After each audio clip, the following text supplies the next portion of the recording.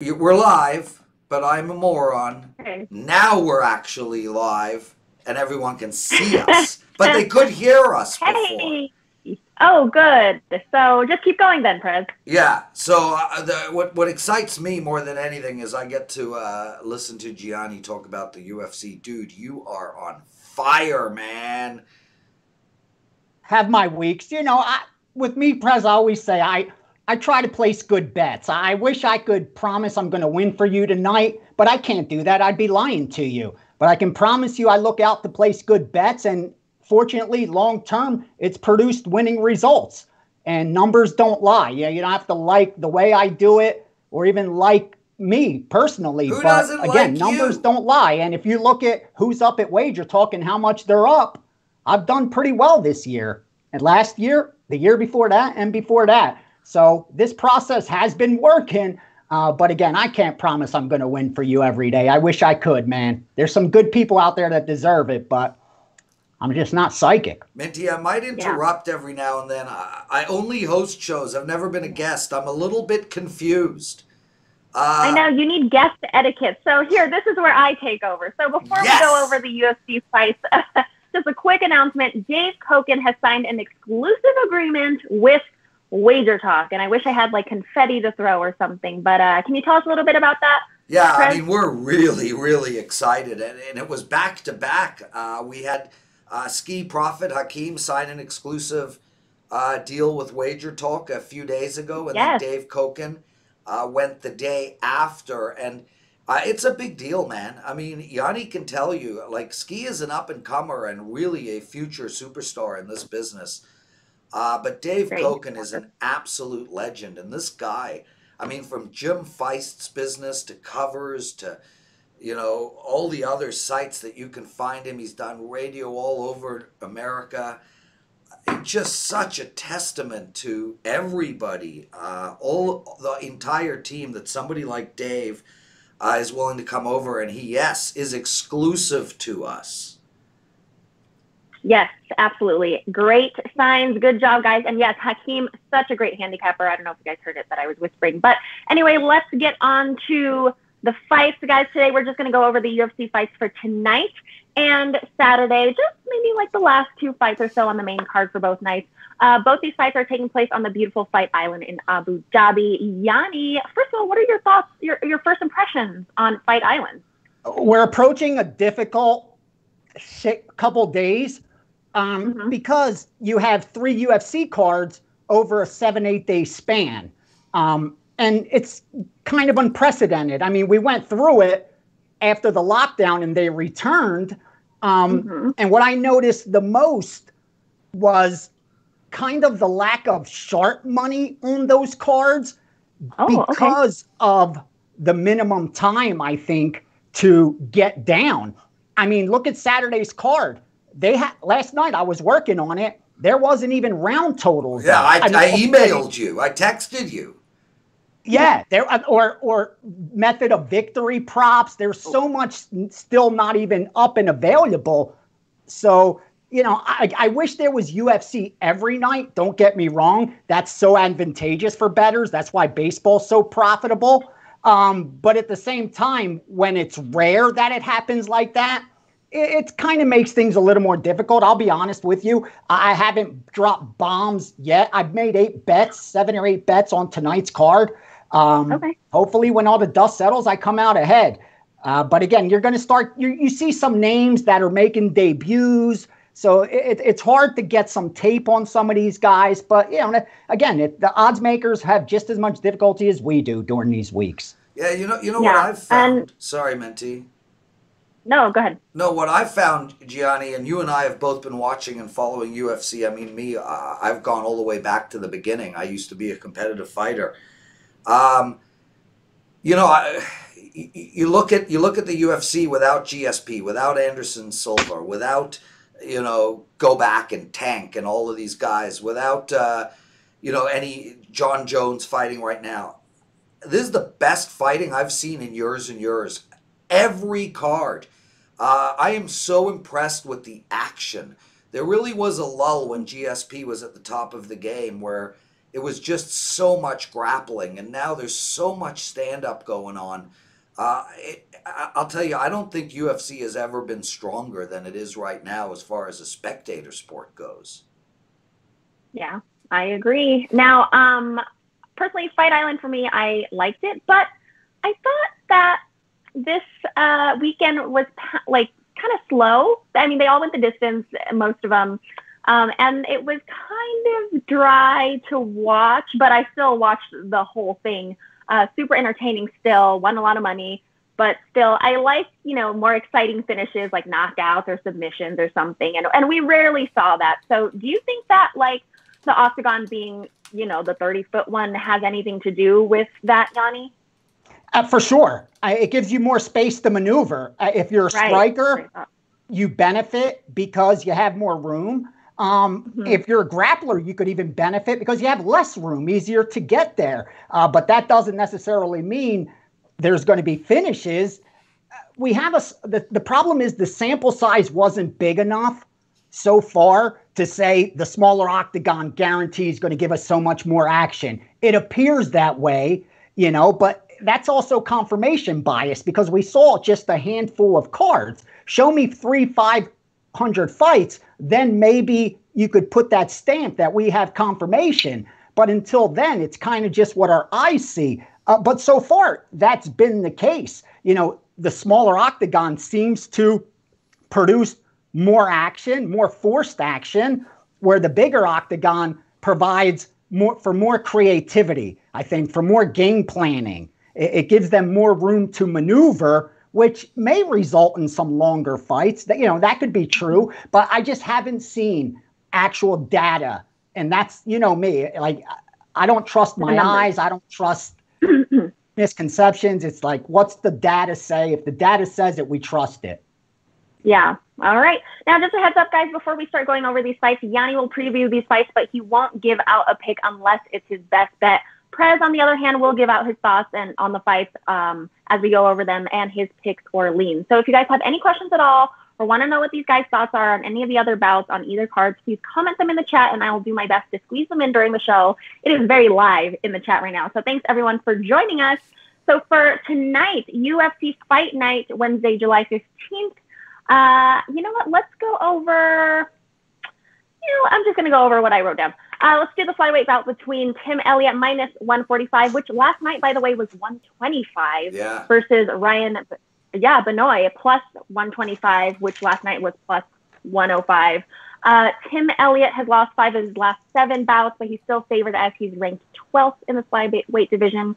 Benoit is really no better when it comes to his record. He's only won 2 of his last 5. So I guess the line right now kind of says it all. I personally lean Elliott because although both fighters are pretty inconsistent, Elliott has faced more top-ranked fighters, and Benoit is not really that great when taken down on the mat when Elliott can control the fight on the ground. So, Prez, let's go to you first. What do you think about this fight, this line? Who do you have on this one? Well, I'll tell you right off the bat, both of these fighters are fighting for their careers. This is a must-win fight for both of them. And I'm going to call Benoit because I think that's probably how it's pronounced, but I don't know. I'll tell you right off the bat, I'm putting money on the fight going the distance. It's minus 163. I don't like to take a lot of juice, but in the fight game, that's probably a medium amount of juice. I do lean on Benoit, but I'm not betting it. Man, these two guys, both of them are just on such a down slope.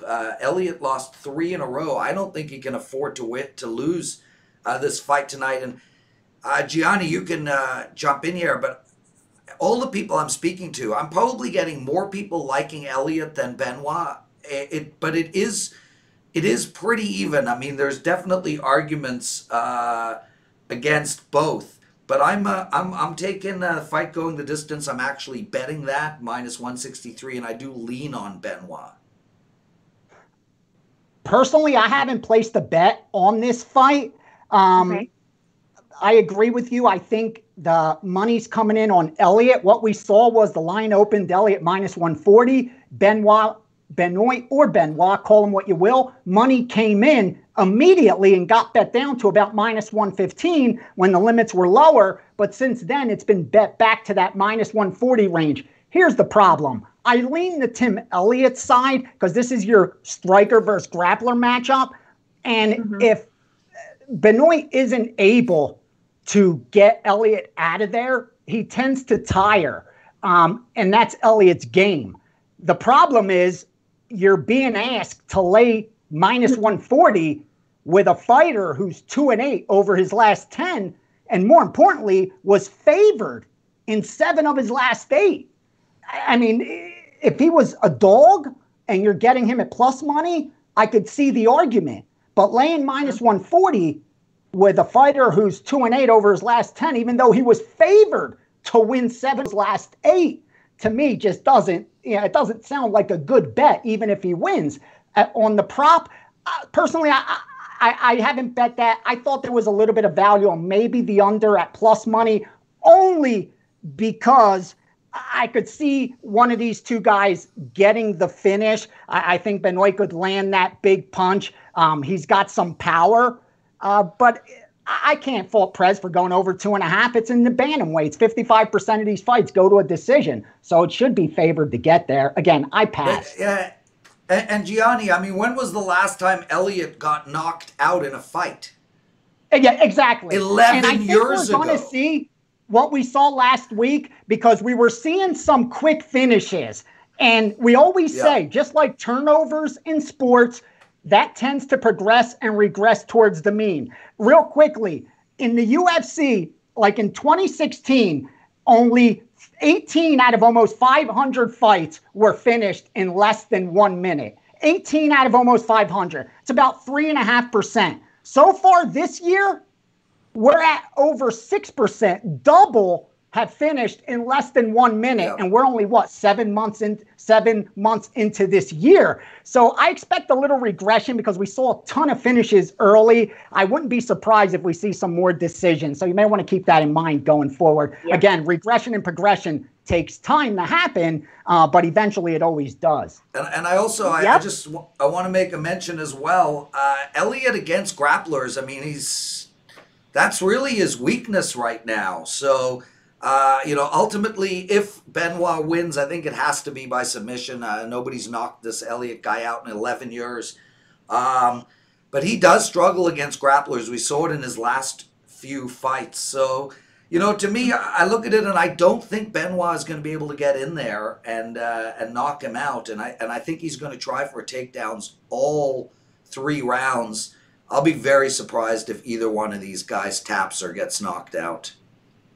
I agree. All right, moving on to the main event, featherweight bout between Calvin Kattar, minus 280, which, by the way, last night was minus 313, versus Dan Ige, plus 240 from plus 245. I'm getting these lines at Westgate Superbook, guys.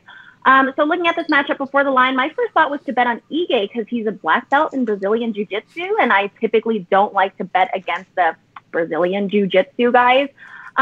Also, he's won his last 2 fights as an underdog. I didn't think he would be this big of an underdog this time around, but I know his split decision wins factor into this line, so I get it. Kattar is more of a polished fighter as he's a great boxer and a mastered wrestler in high school. Something tells me I need to take Ige as the dog, but maybe I'll just bet this fight to go the distance because I think Ige can avoid the knockouts from Kattar and keep it going all the way. So I know the total round the books have it at is 2.5. I say over, and I say it goes the distance. Prez, do you agree with me? I don't. I'm betting this fight as well. I'm taking I'm taking Kattar TKO minus 120. This guy just destroyed Jeremy Stephens with a brutal TKO. He's won 3 of his last 4 fights. And, when you look at Ng beat Barbosa on a controversial decision, other than that, and Gianni, maybe you know this stuff better than me. Who the hell has this guy fought? With Ige? Yeah, I mean seriously, like it's not the who's who of his division. He's had some of late. Barbosa was a good win, and Bektik was a decent win. But I understand what you mean. He hasn't fought the top 5 guys, top 10 guys, like he's going to be facing right now. Yeah, a possible future title holder in Kattar. Yeah. And that's why, I mean, I look at this fight and I'd like to bet Kattar. It was minus 330 last night. It has been bet down to 300. But I'm looking at this thing and I'm thinking to myself, no way this thing goes the distance. TKO for me, minus 120. That's an actual bet. I do have 3 bets up at wagertalk.com. 1 for tonight, 2 for Saturday, so check that out. But that's really where I'm going here. I just don't believe in Inge. Okay, you like Kattar TKO. Gianni, what about you? Yeah, here's the problem is as a bettor and a fan of MMA. You know, there's some sports I don't even care to watch, but I bet it, so it doesn't matter. But this one I actually enjoy and I watch, and this is Kattar's fight to lose. I mean, he should win this fight. The bad side of Kattar is that negative strike differential, but that's because he's so durable. He's got such a good chin that he's willing to take a shot to land a shot, knowing he's got the power. And he's such a good technical boxer. Most think he's the future of that division, that he should have a title eventually, you know, barring injury. But with that said, price is everything. I sound like a broken record. And if you're being asked to lay minus 300, you're saying he wins this fight 75% of the time for me to break even. So for me to have even a 5% margin, I have to conclude he wins this fight 80% of the time. So what, this line should be minus 400? I don't think so. Not against Ige, who's won 6 in a row since his debut loss in the UFC. More important, he's been a dog in 2 of his last 3 fights. He's never been finished. He's got a solid chin. This could get interesting. If he could get takedowns and get even position over submission where he just wins some rounds that way, this could get interesting if Kattar's forced to need a finish. Now, I'm not saying that's how it's going to go, but it can get interesting. And when you're laying minus 3s and 400s, there's not a lot of room for error. The one fighter needs to be so much superior to the other, and I don't think the drop-off's that big. I think, you know, true line, Kattar, maybe minus 175. Maybe someone could push it to 200. Maybe they could argue that. I couldn't. But again, I think this line's a little bit too high. The over at 4.5, it seems like it's priced right. 2.5 over. I know that's a very sharp play. I took a piece of that as well. That number's going up though, because they should survive into the later rounds, even though most finishes come early. I say that all the time. You know, you got about 30% chance of getting a finish in round 1. By round 3, that's cut in half, that probability. So finishes do usually come early, but I think you got 2 tough guys. That shouldn't be the case here unless there's a flash knockout. So I lean that way a little. Kattar should win this fight. Absolutely no line value. If you sprinkle something on Ige, I couldn't fault you. Yeah. And I agree with that. You know, I mean, even though I like Kattar. Laying 120, you're doing the right thing. Kattar, if he wins, that's how he should win it. Exactly. Method of victory. And you're not being asked to lay a big price. I think that's how you got to play some of this chalk if you like the favorite. And I want to speak to that really quick, Gianni, because, you know, one of the things, especially when you're looking at one-on-one matchups like UFC, you know, a lot of times if you dig deep into the lines, fight will go the distance, which round will someone get knocked out, how will somebody win? If you write them all down and you look at them, they will actually tell you what the right story bet is. Almost like prop bets in the Super Bowl. Right. Exactly. They start to speak, you know. We already have the bookmakers saying, look, this guy's a 3-1 favorite. He's likely going to win. So if you assume, okay, he's likely going to win, then you got to go down and say, okay, well, how is he going to win? Then you look at, will the fight go the distance? What are the odds on that? And then you start to work from that perspective, and what you ultimately come up with is TKO. Okay. Well, guys, before I get to the next fight, there's some questions on Twitter, and you guys, I have to say, are super live on the chat. I do a couple shows a week on Wager Talk, but there's the most activity in the chat room for this show. So thank you guys for all joining. From Bankroll Barbie, thoughts on Cody Stamann? That I think Jimmie Rivera minus 140, Cody Stamann plus 120. This is a featherweight bout tonight, right before the co-main event. Prez, what are your thoughts on this fight, the Cody Stamann fight? Such a perfect question based on what Gianni and I were just talking about. I looked at this fight again, looking at all the lines, looking at what the odds makers think is going to happen. And ultimately, and Gianni, jump in, I came up with Rivera plus 125 wins on decision. I think this fight is going to go the distance. The odds makers think this fight is going to go the distance. Therefore, it's minus 335 that this fight goes the distance. So let's assume it does. Then who's going to win on decision? So rather than just picking one of these guys on the entire fight, including the TKO and the submission, I'm going with Jimmie plus 125. I mean, he's on a 1-3 run. I get it. Cody's 3-1-1 since joining the UFC, but he hasn't really fought anybody much either. And just based on what the bookmakers are telling me, it's Jimmie plus 125 wins on decision. Yeah, before Gianni, I also agree with you, Prez. I like Rivera by decision. I think his takedown defense is spot on. So, Gianni, what do you think? Yeah, disclaimer, I bet this fight. So I do have an opinion, and I'm going to give it to you. I also, here's the thing. This is a very short notice fight. It just kind of got put on this card because of the cancellations, you know, Frankie Edgar cancellation. There's been some fights dropping off. This one just got signed. What we can't forget is that Stamann just fought, you know, not long ago. And that was a very emotional fight. Let's not forget, he lost his brother that week. All the emotion going into that fight at the AFC Apex. He won that fight. Obviously, you have to be elated. There's got to be a dump in adrenaline. You got to celebrate that, right? How can you not? And now you got to turn around right away quickly. What was happening in the break in between? We don't, you know, obviously it's a short time and he's always training, always in the gym. So I know Stamann's going to be in shape, but you're asking him to fight some pretty tough guys back to back. Rivera, here's the problem.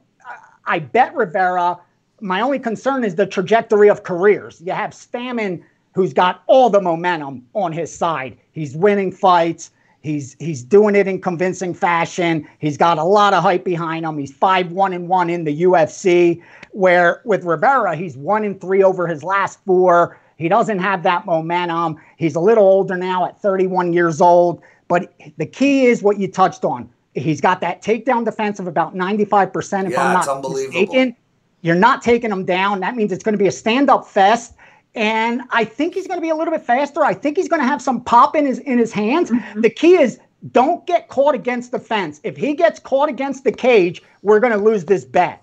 If Stamann holds him against the cage and holds him there for a couple minutes each of the rounds and wins it that way, we're in trouble. Rivera has to be busy. He's got to be first. He's got to throw volume, and he could win this fight. I love your bet on decision. In fact, when I released it at minus 130, I even wrote I sprinkled on Rivera by decision myself. Finally, he's undervalued here. Here's the proof. Less than 18 months ago, he fought Aljamain Sterling, who is the #1 contender in this weight class. You know what Rivera opened up against Aljamain? Minus 265 against Aljamain Sterling. Minus 265. Stamann would be a underdog to Sterling, no doubt at all. Now, he may not have won that fight, but the market still concluded he should be that big of a favorite. So to me, that just screamed of value. Win or lose, I'm confident I placed a good bet. Just get your ass off that against that cage. You should win this fight. Yeah, and Minty, if I can just jump in and address Jason Peters' question. Yes. He writes, Prez plus 120, only path to victory is a decision. Might as well go with minus 140 for KO. And, you know, Gianni talks about this all the time. I listen to all the shows he's on, and this stuff is all about math. You know, at minus 130, I would take Jimmie, but at minus 140, we're now getting into the zone where he would have to win that bet 60 out of 100 times. And at plus 125, he would only have to win in that spot about 45 out of 100 times. So from strictly a math perspective, there has to be a limit.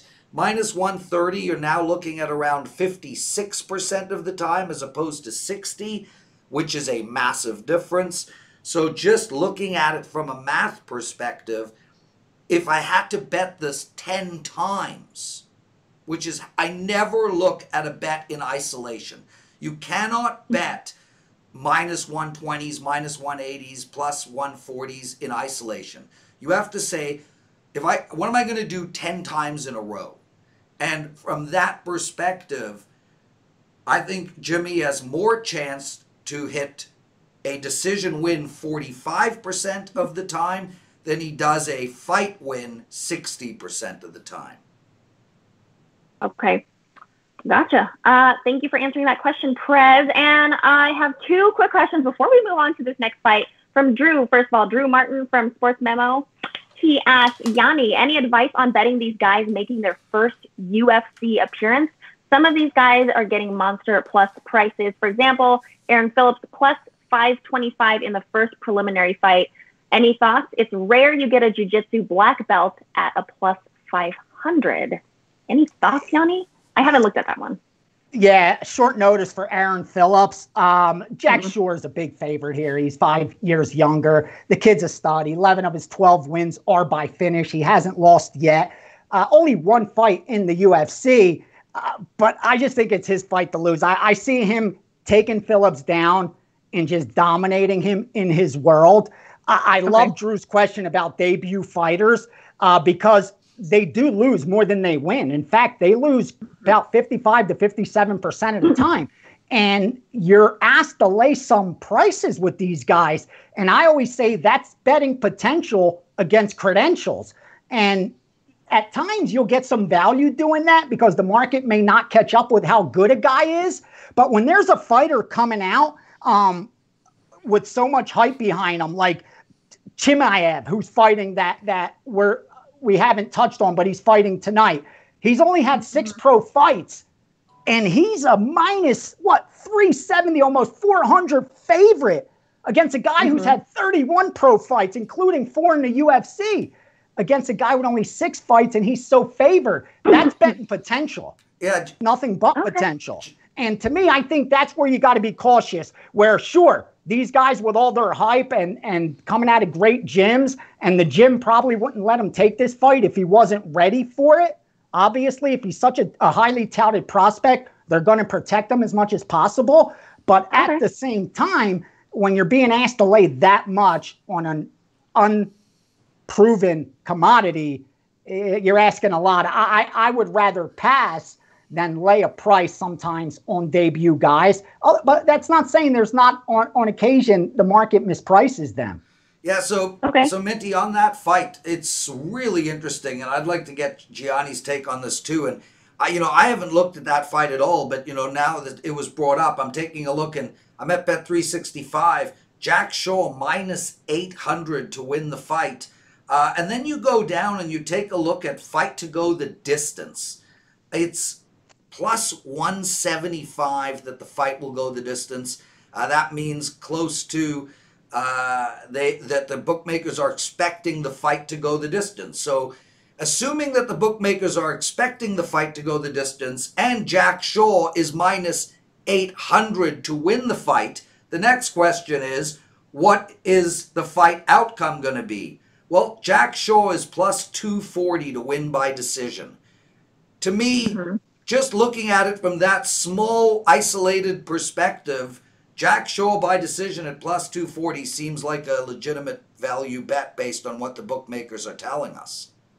Not a bad position to take. Real quickly, Aaron Phillips, extremely durable. He's got solid sub-defense. If he is down there, he could get ground and pounded, but he's got good defense.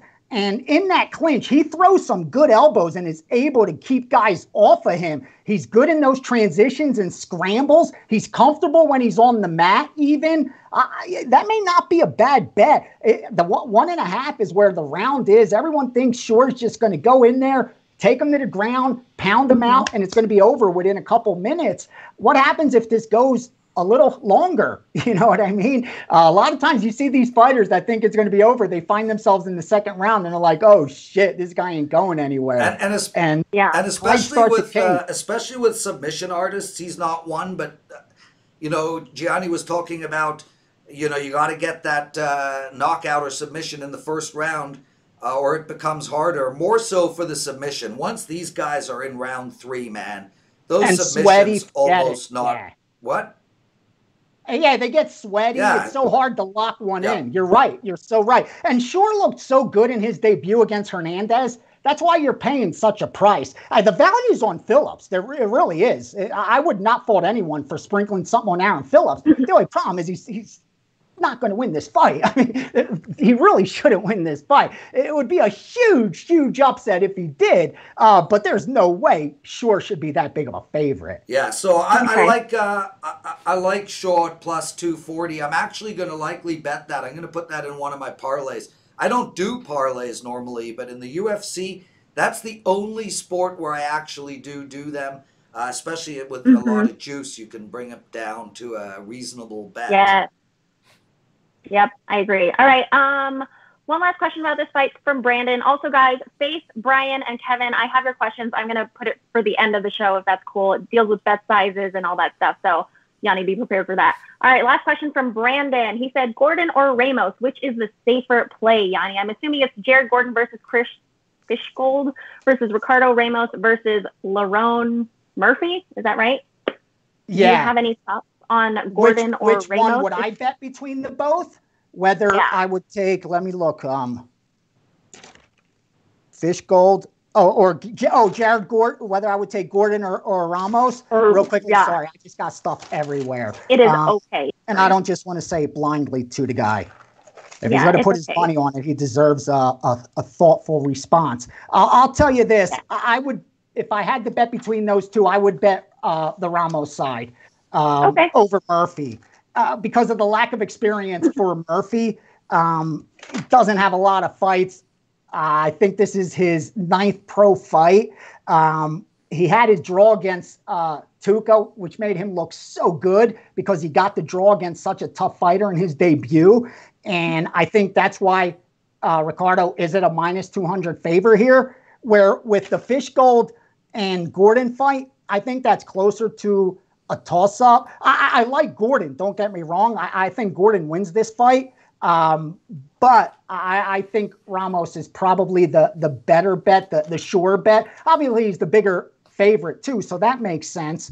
I just think with Fishgold, if Fishgold's got that BJJ black belt, he's a powerful grappler, but if he ain't able to get that finish, I think it's Gordon's fight to win. I like both guys, actually, but I'd probably bet Ramos more, a bigger bet on Ramos.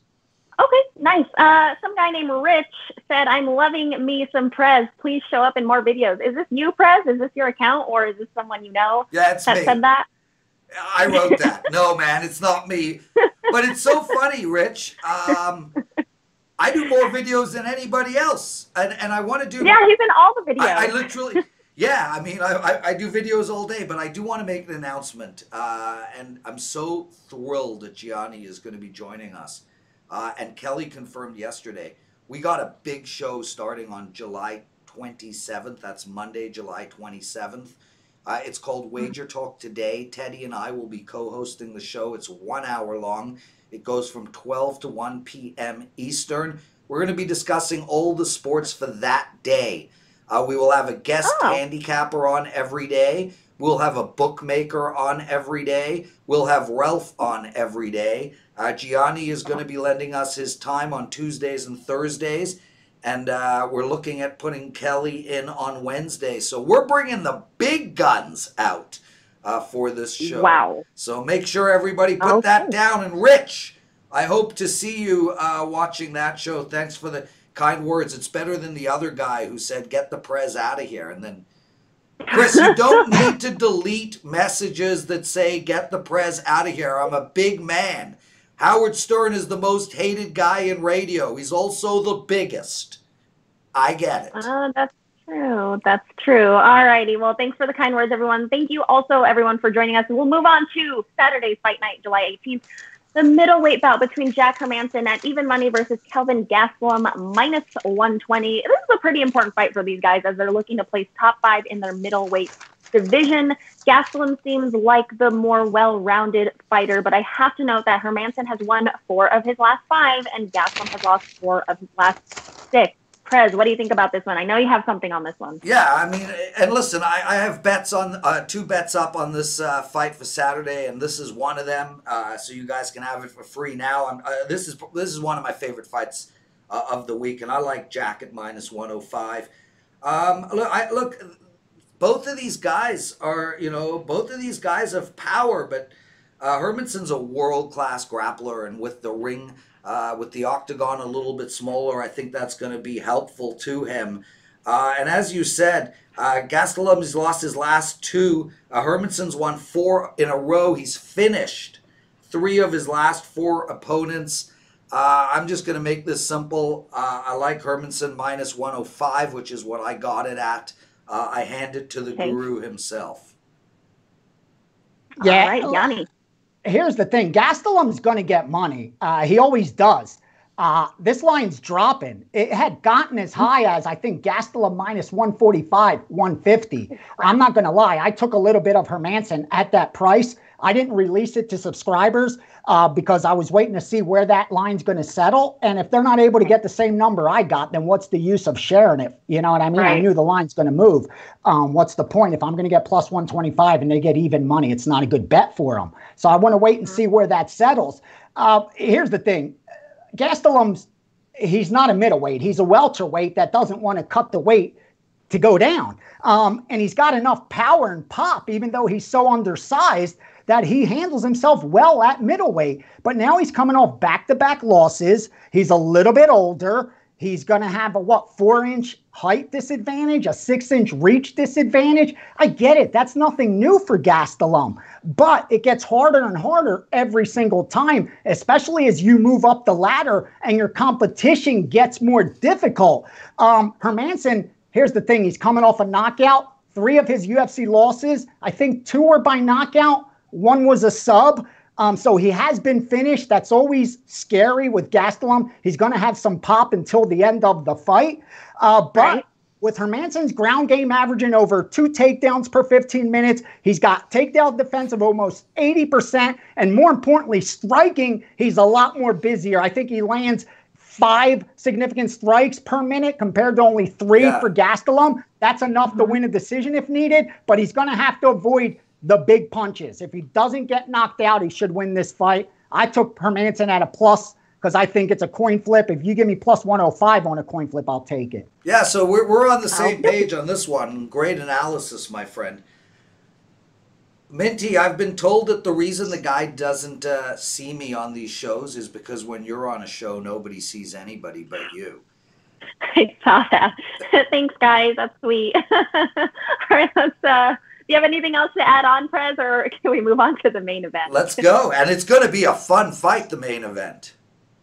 Oh, this one's good. All right, so the main event, we've got a flyweight bout between Deiveson Figueiredo -215 versus Joseph Benavidez +185. This is a rematch between these 2 fighters. Both, the first time around, Figueiredo won in the second round as an underdog. So now, of course, Benavidez is a dog at +185. He's only ever been plus money twice before in his UFC career. So seeing this line where it is right now, do we think it's an overreaction to what we saw in the first fight, or do you think the line is pretty spot on, Prez? Well, I don't think, I mean, listen, I love that concept. Is the line spot on? The line's spot on if the book's got 50% action on either side. Other than that, it's their business. Yeah. Look, it's definitely not an overreaction. I mean, I honestly see this fight as a real bad matchup for Benavidez. You look at what happened in the last fight, a huge TKO by Fig early in the second. But what people are talking about is they clashed heads just before the knockout, and maybe that affected Benavidez, which it likely did. The problem is, prior to the knockout, Figueiredo was just dominating the fight from start to finish. I just don't see this as a good matchup at all. I'm taking Figueiredo at -210, but I am splitting my bet. So if I'm betting a 4% play, I'm betting 2% on the minus 210 and also 2% on a TKO as well. I just look at this fight and I think to myself, Fig was just able to land the best strikes from start to finish of that last fight, and I don't think anything's going to change here. Okay, makes sense. Gianni. Yeah, a quick disclaimer, like this is everything for tonight's fights. This is for Saturday, nothing yet on there. So just so you know. This is off the top of my head. I remember, I know this, I bet Figueiredo the first fight, but he was around a plus 130 dog, if I remember correctly. We know the winner of the first wins the second around 63, 65% of the time. In fact, since 2012, it's around 70% of the time. That makes Figueiredo the favorite. The question is, did he have that advantage because he was a handful of pounds overweight? So if he didn't kill himself having to cut that weight, that's a huge advantage, especially it was 4 kilograms in the power department and in that chin department. Now I'm saying that's one of the questions. I don't think so. I think Figueiredo's the much bigger puncher. We knew that going in. That's why I took him in that first fight. I think it's his fight to lose. Benavidez is the crowd favorite. This line may drop. I did see it as high as minus 200, so I don't think there's a rush. If you like the favorite, there will be some sentimental love for Benavidez. If he leads with his head, he's going to get knocked out again. That's the problem. That's why they butted heads. That's why he found himself in a bad position, because when he throws, he leads with his head first. And Figueiredo just picked them off. If Benavidez has to wrestle, he has to wrestle for 25 minutes and just keep tiring them out. So you deplete their gas tank. You're also taking down their power. They become less and less dangerous, and a less probability of getting hit flush. So that's the game plan. That's the path to victory for Benavidez. Could he pull it off against Figueiredo? I'm not too sure. Real quickly, Figueiredo's got around close to 70% takedown defense, and he's comfortable down there on the ground. Good with Benavidez, he's a wrestler, position over submission, where with Figueiredo, he's a dangerous submission threat if he's on the ground, whether he's on his back or whether he's on top. So this is Figueiredo's fight to win. He should win this fight 2 out of 3 times. That's why this line's minus 200. Between now and next Saturday, I got to decide whether he wins this fight 3 out of 4 times, so I could place a bet on him if the line drops a little more. But I don't see me being on the Benavidez side. I just didn't see enough in that first fight to warrant a bet, even as at the plus money that he's being offered. And I do want to add to that, because you made a great point about Figueiredo on the ground. I mean, if you look at that last fight, not only did he knock Benavidez out, not only did he land most of the power punches in that entire fight, but he also almost submitted Benavidez with an arm bar.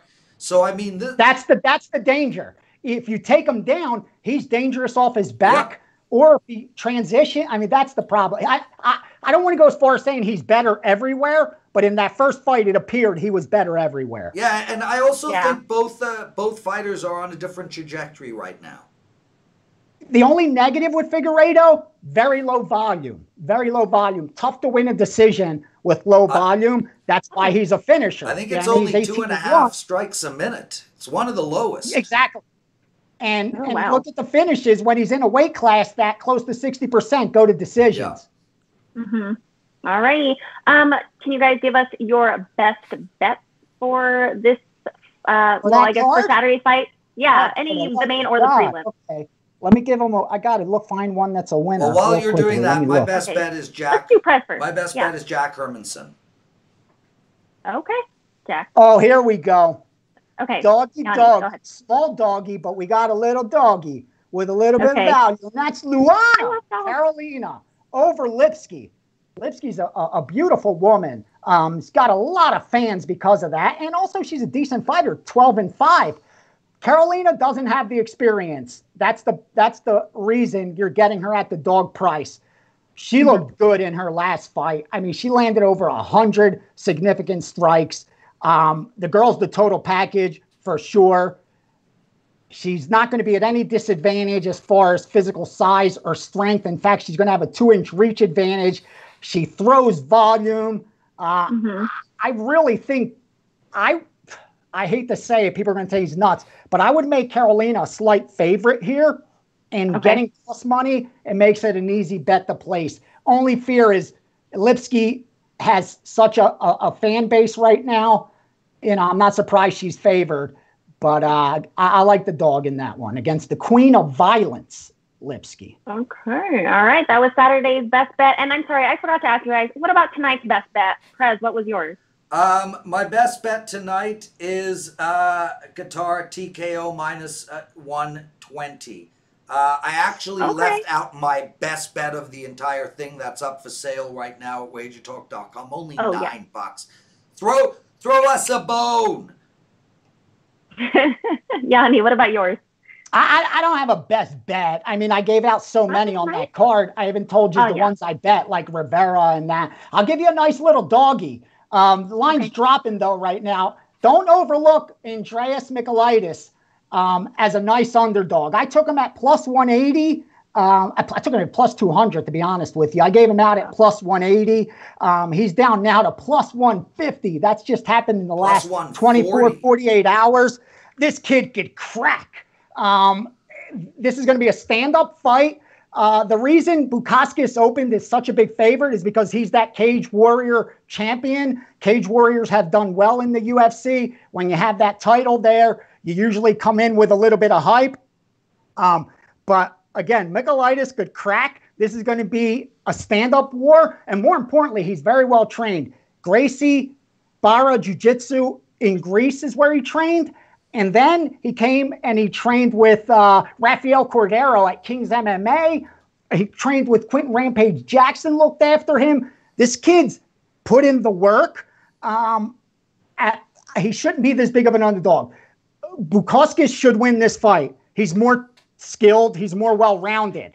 But Michailidis has that X factor. He can finish this fight with one punch. And I like his striking. Very creative, does some great spinning heel kicks, a lot of spinning back fists, throws elbows.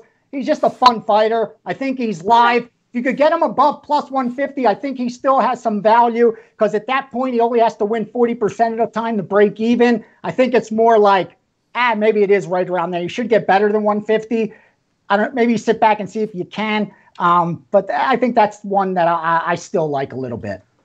Okay. Hey, Prez, are you going to let me maybe 10 more minutes on air? You got it. I got a hard stop at 4 o'clock, so we've got 13 more minutes. And yeah, I'm doing UFC on Facebook Live. You could go to that. I'm doing that at 4:30 Eastern. And going to give out some late breaking info there with Gianni, Laura. I really like that point move. Can you do that again? That was like a Prez, we only have 13 minutes. No, Prez, no, we have to get to these questions. All right, guys. So, Gianni, this everyone is asking about the Santos McCann fight. Can you break that one down? Molly McCann, and I think her name is it Taila?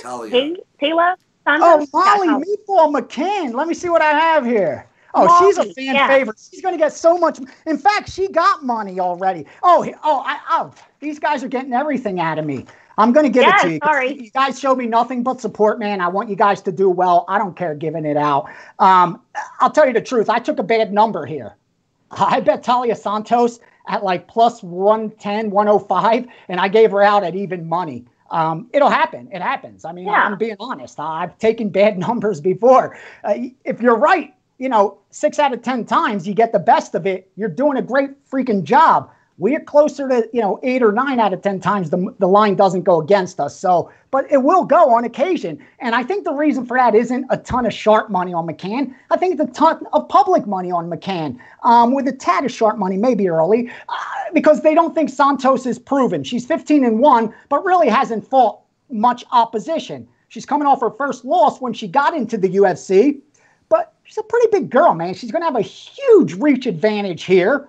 If Molly McCann ain't able to take her down and keep her down, I think Santos could win this fight. I think she could stay busy. McCann's one of those fighters that just keeps coming forward. She's got a good gas tank.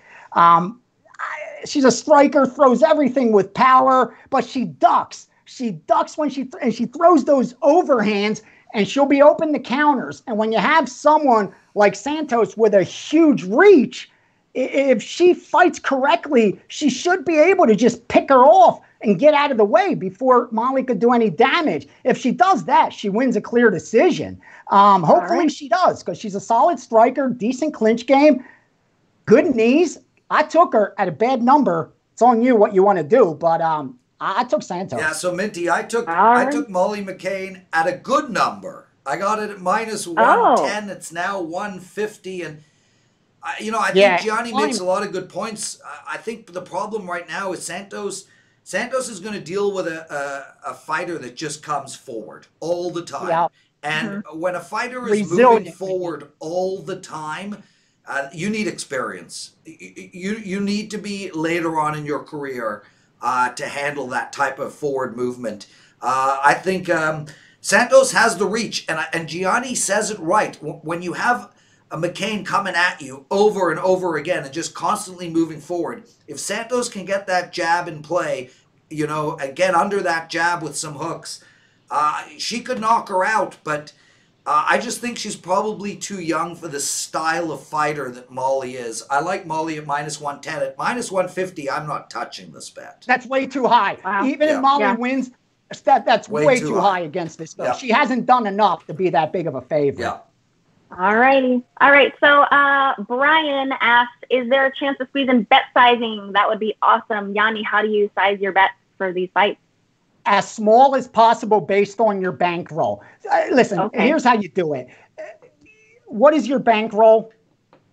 You bet as small as possible based on that bankroll. Let's pretend you start with $1,000. If you're starting with $1,000, honestly, you should be betting. Now people are going to be like, he's nuts. At the same time. You should be betting about $10 to $20 a game, honestly.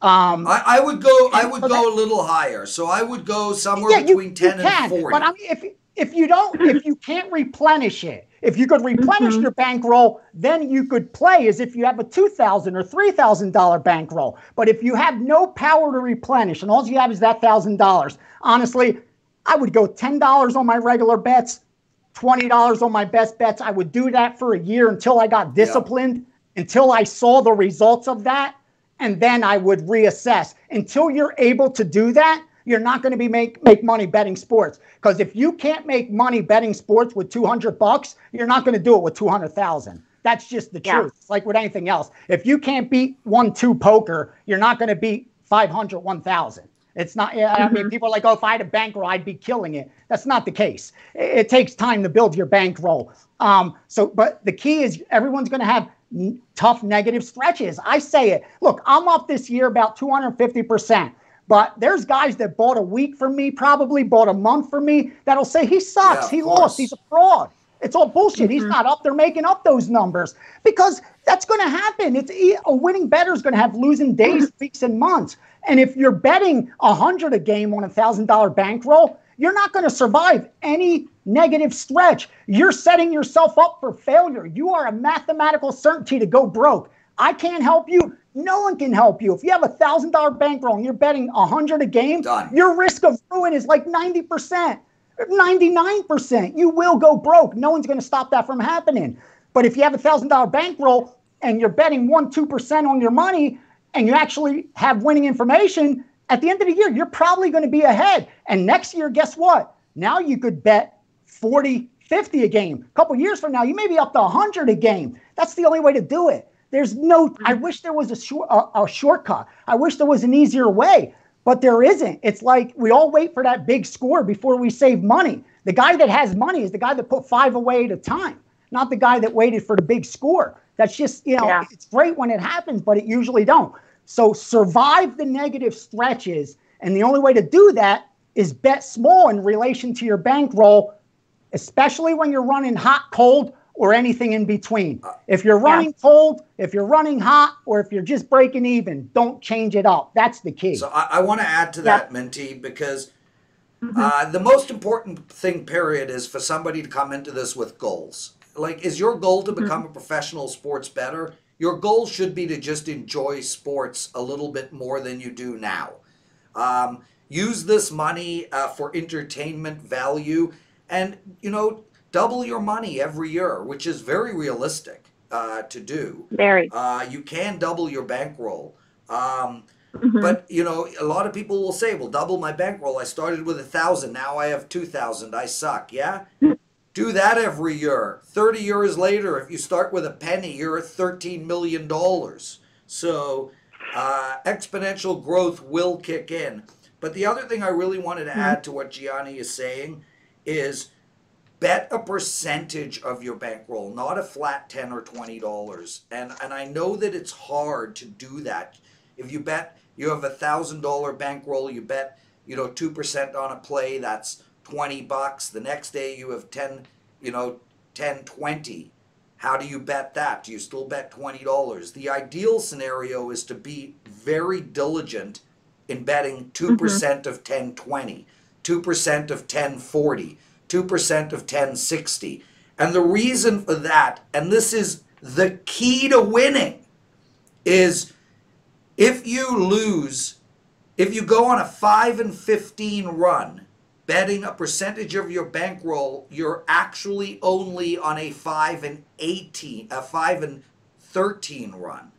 And if you go on a 15 and 5 run, betting a percentage of your bankroll, you're actually at 16 and 5, because the exponential growth in both directions will alleviate a loss here or there and add a win here or there, and that at the end of the year is going to be the difference.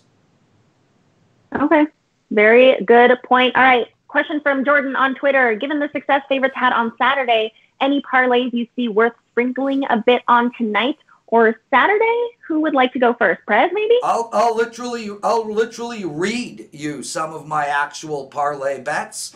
Okay. I bet, so I don't do parlays. Only do parlays in UFC. So back to what Gianni and I were talking about. The best way to win money is to not do these parlays. And if I'm betting $1,000 on a straight play, my parlay's $30.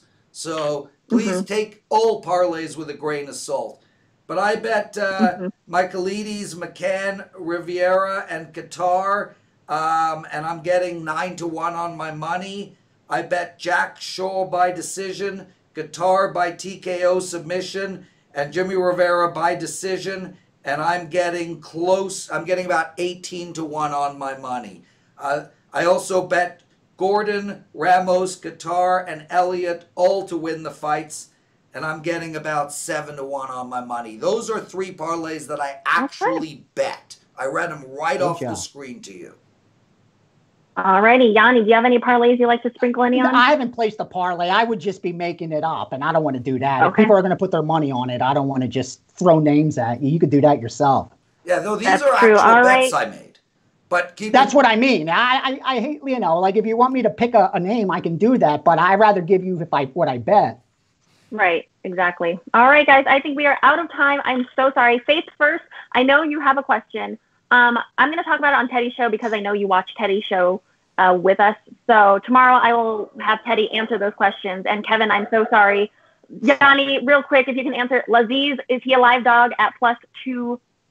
Oh my God, he's going up against this guy that I just don't know how to pronounce his name. He has like 3 names. Abdul Razak Alhassan? Yeah. Seems pretty standard. Do you like Lazzez? The only live thing for Lazzez is that Abdul's had a long layoff. You know what I mean? He hasn't fought in a very long time. But he's the real deal. The kid was 10-1, and he won 4 of his 5 UFC fights before that. And his last fight, he knocked out Nico Price, if that tells you anything. And this one's -550 to not go to distance. So it kind of telling you that Alhassan's going to go in there and just finish this guy pretty quickly. The under 1.5's almost 2-1.